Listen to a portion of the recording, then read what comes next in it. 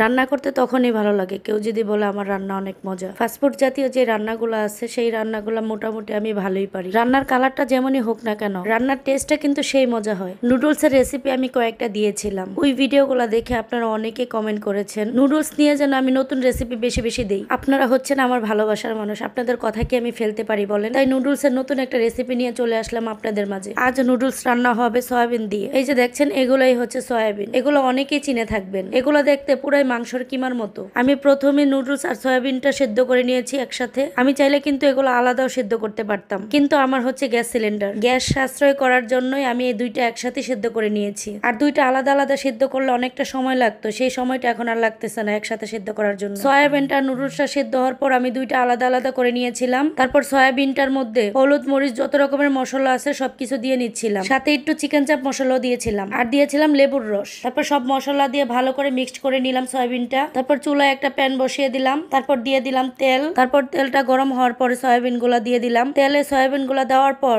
ভালো করে এটা ভেজে নিতে হবে। সয়াবিনটা যত ভাজবেন তত কিন্তু মাংসের মতো লাগবে। এটা দেখেন কি সুন্দর করে সয়াবিনটা ভাজা ভাজা হয়ে গিয়েছে। তারপর আমি দিয়ে দিব আলু কুচি, পেঁয়াজ কুচি আর মরিচ কুচি। এগুলো দেওয়ার পর এগুলো আমি ভালো করে ভেজে নিব। সবগুলা ভাজা ভাজা হওয়ার পর আমি এগুলোর মধ্যে দিয়ে দিব ডিম। ডিমটা আমি বেশি দিব না, একটা ডিমই শুধু দিব। তারপর আমি আবার দিয়ে দিব চিকেন চাপ মশলা। আমার ফ্রিজে আগে মুরগির মাংস কিমা করা ছিল, এগুলোর থেকে একটুখানি দিয়ে দিব এখানে। আজকে আমি যেভাবে নুডলসটা রান্না করতেছি, যে নুডলস পছন্দ করে না সেও মজা করে খাবে, খাওয়ার পরে সে নুডলস এর প্রেমে পড়ে যাবে। সবগুলা ভাজা ভাজা হওয়ার পর দেখেন কালারটা কত সুন্দর হয়ে আসছে। এখন আমি নুডলস গুলো দিয়ে দিলাম। এখানে কিন্তু আমি 2 প্যাকেট নুডলস নিয়েছিলাম। অনেকেই ভাবতে পারেন এতগুলা নুডলস আমি কেন রান্না করতেছি। ওই যে প্রথমেই তো বললাম আজকে নুডলসটা অনেক টেস্টি হবে, আর আমরা সব ভাই বোনেরা কিন্তু নুডলস অনেক পছন্দ করি, সাথে কিন্তু আমার মেয়েও। বিশেষ করে আমার হাতে নুডলসটা আমার ভাই খুব খেতে পছন্দ করে। আর এই মোটা নুডলসটা এমনিও একটু টেস্টি হয়। এই নুডলসটা যদি ভালো করে রান্না করতে পারেন, পরবর্তীতে আপনাদের অন্য নুডলস আর ভালো লাগবে না। আর বাচ্চারা কিন্তু নুডলস খেতে অনেক পছন্দ করে। আর আমরা মায়েরা যা করি, যে জিনিসটা আমাদের বাচ্চারা খেতে পছন্দ করে ওই জিনিসটাই আমরা বারবার রান্না করে থাকি। পরবর্তীতে দেখা যায় এক জিনিস খেতে খেতে বাচ্চারা আর এই জিনিসটা খেতে চায় না। তাই এক এক সময় যদি এক এক আইটেমের রান্না করে দেওয়া হয় তাহলে বাচ্চারা কিন্তু খুব মজা করে খায়। ম্যাগি মশলা আর সস দিয়ে কিছুক্ষণ নাড়াচাড়া করে নামিয়ে ফেললাম। এই যে দেখেন আমার নুডলস রান্না হয়ে গিয়েছে।